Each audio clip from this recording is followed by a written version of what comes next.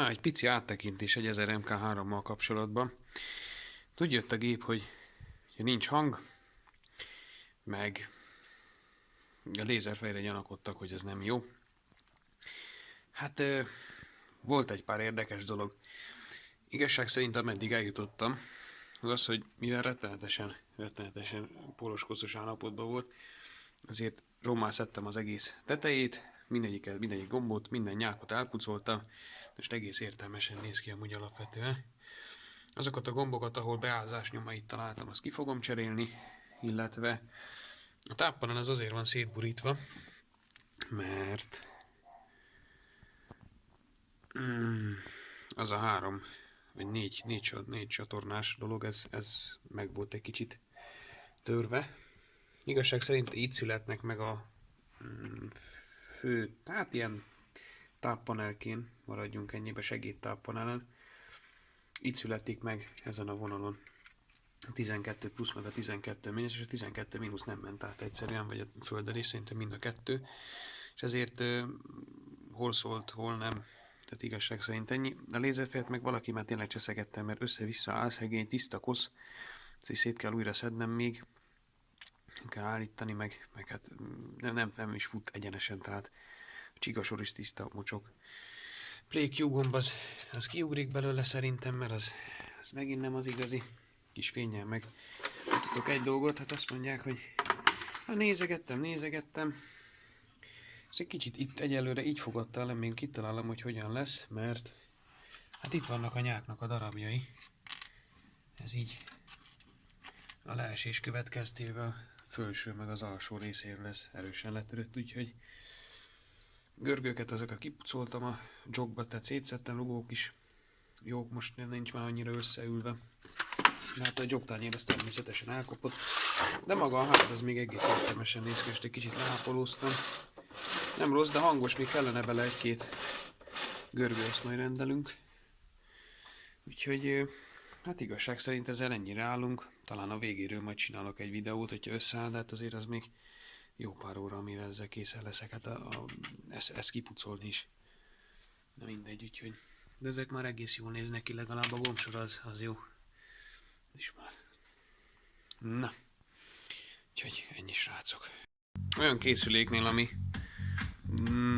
bizonyára leesett, vagy fizikai behatás érte, a táprészen az összes ilyen csatlakozónak a kis lábát, meg olyan nehezebb alkatrészeknek mind a trafó, vagy a pufferkondit, mit tudom én, ezeket át szoktam forrasztani, mert azért 10 év körülbelül, 10-20 év után azért mindig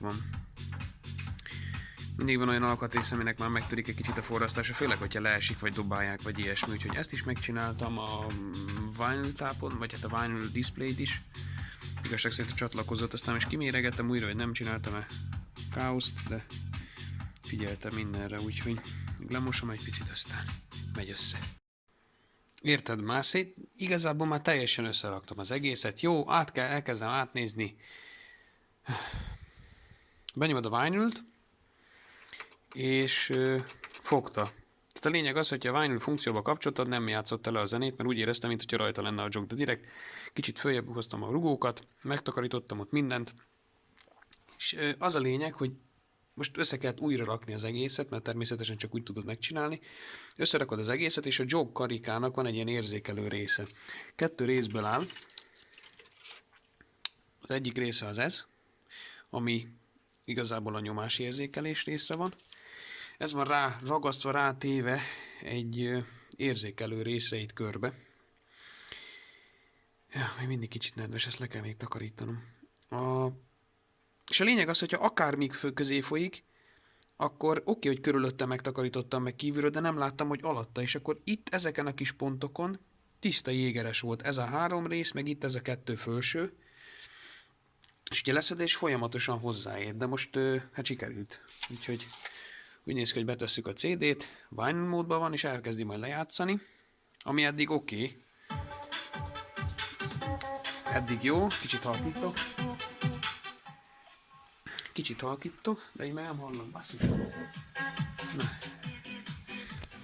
És igazság szerint ugye ezekre a bizonyos pontokra egy darab ilyen picinek rá kell érnie, és akkor jó.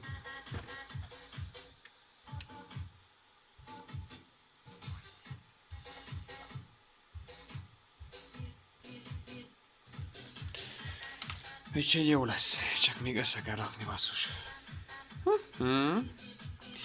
Ezért van az, hogy minden egyszer, amikor, tehát, hogyha alapállapotból nem tudtam azt, hogy mi történik vele, mert nem volt kimenete, nem játszotta le rendesen a CD-t, ezért nem tudtam azt például, hogy el van törve ez a banánrugó benne, akkor egy csomó dolog, tehát jön az egyik a másik után, amikor le tudod rendesen tesztelni, mert addig föl se tűnik.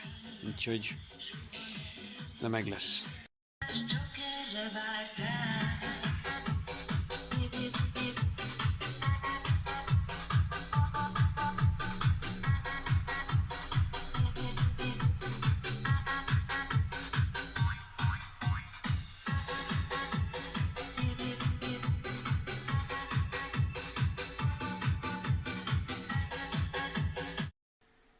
Az igazság pillanata, még én sem néztem.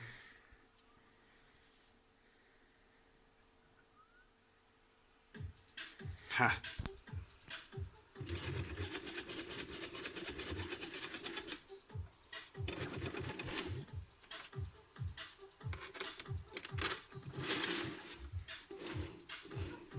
Ugye ezt itt tudni kell csinálni, gyorsítani vinyl módba.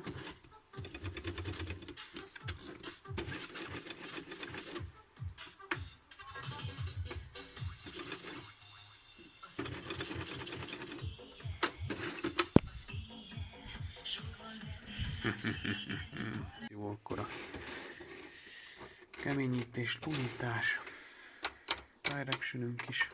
Egy-két mikrokapcsolót azt cseréltünk, Play Q előre, memory az beázott, az ejectet, egy loopot. Úgyhogy ez egy audio CD elég rossz állapotban. Kicsit leragasztottam a kimeneteket is, nem mozogjanak annál. Tehát minden olyan megelőzést is szoktam ilyenkor, úgyhogy hát nem csak az, hogy a rosszabb állapotban nem kerülhet vissza mind ahogy jött, úgyhogy érdemes ezt megelőzni, hogy jövő héten is visszakerüljön egy másik bajjal. Nagyon jól is olvas. Pedig ez egy iszonyat rossz CD, mondom. Egyes készül. Úgyhogy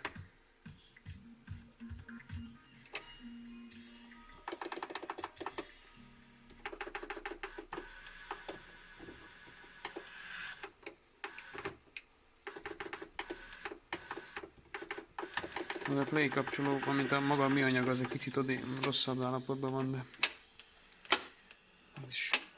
ez is működik. Hát ugye is rendben van, úgyhogy ezzel elkészültünk, srácok. Ez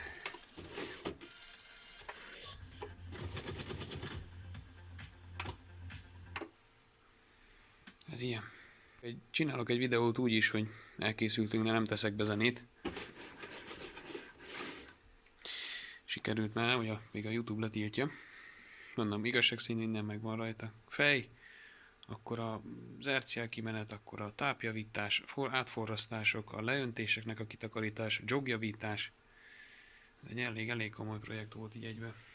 Úgyhogy. De megérte, nagyon szeretem az MK3-akat. Nagyon szeretem őket. Úgyhogy további szép napot, minden jót, meg bújjék. Úgyhogy sziasztok!